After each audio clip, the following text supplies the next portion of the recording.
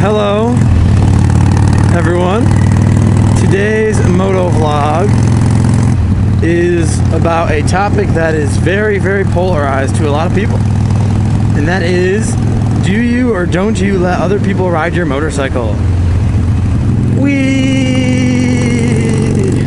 Ow! I have a burn on my leg and my freaking jeans are slapping against it. It was actually from the dirt bike, but anyway.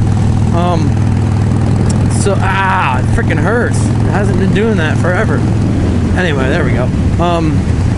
So do you or don't you let someone ride your motorcycle? Well, personally speaking, I never used to let anyone ride my bike except for my best friend, who I ride with all the time. My brother, because, well, he was my brother. And my father, because, well, he's my father. So those are the only people who could ride my bike.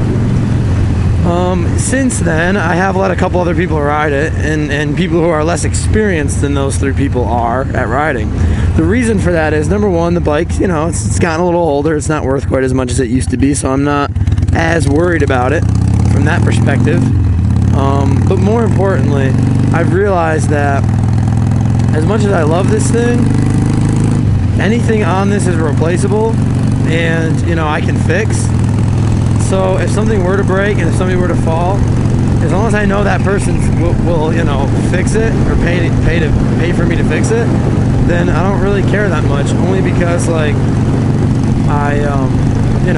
rather see them get the enjoyment and experience of riding a Harley Davidson, and really just a motorcycle in general, to see if it's something they would like to do, I'd like to buy. I mean, I've convinced three friends now to buy a motorcycle or get their motorcycle license, or to buy a Harley Davidson.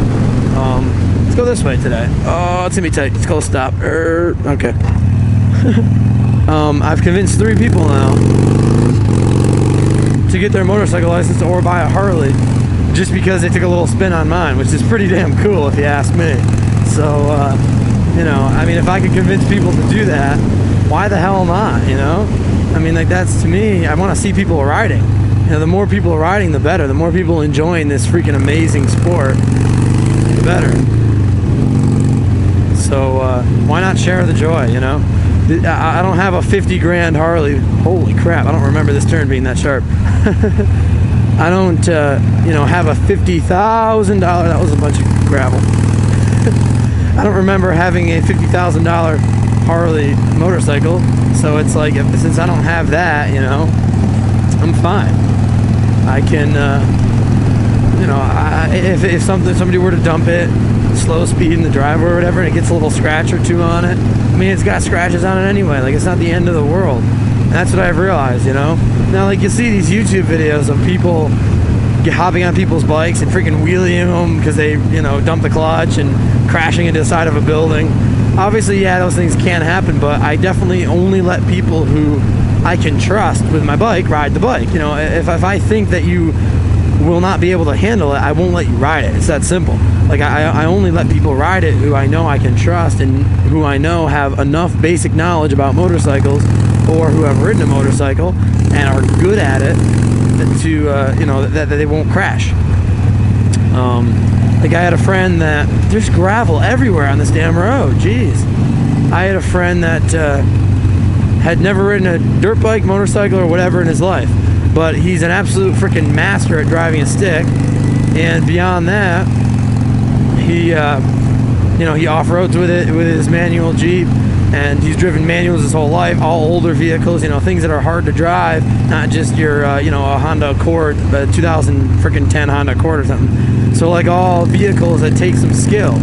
So yeah, that doesn't translate to riding a motorcycle, but the whole skill aspect and the safety aspect, and being able to listen when somebody tells you, look, this is what you got to do, this is how you have to do it, and him not just being like, oh, I know how to do this, I can figure this out.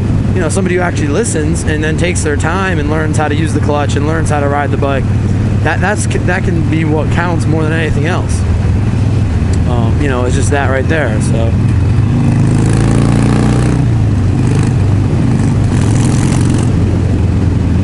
But you know, that's the main thing, if I'm honest.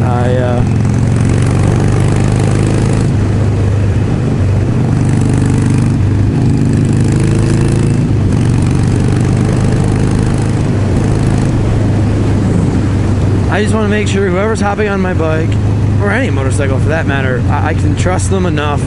You know, yeah, an accident can still happen, obviously, especially if they've never ridden a bike. But if I, you know, feel as though they have the skills necessary to be safe on it and kind of know what they're doing, you know, that's what matters to me. It's more a matter of just making sure that,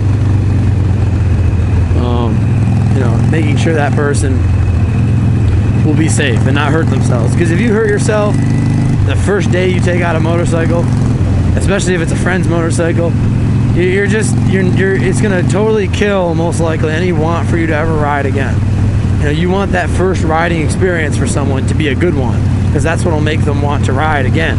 If it's a terrible experience, you're never gonna want to ride again. You're just gonna be absolutely horrified by it, and your riding experience is gonna be ruined. So you know, that's something that you really got to watch out for, and you know, make sure that it's a good one for someone.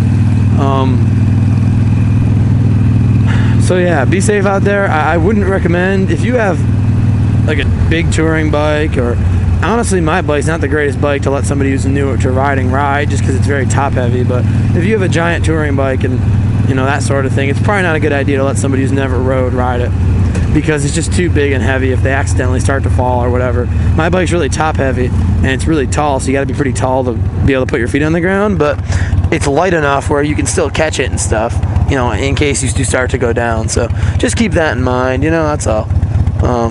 Anyway, everyone, ride safe, ride hard, and ride free.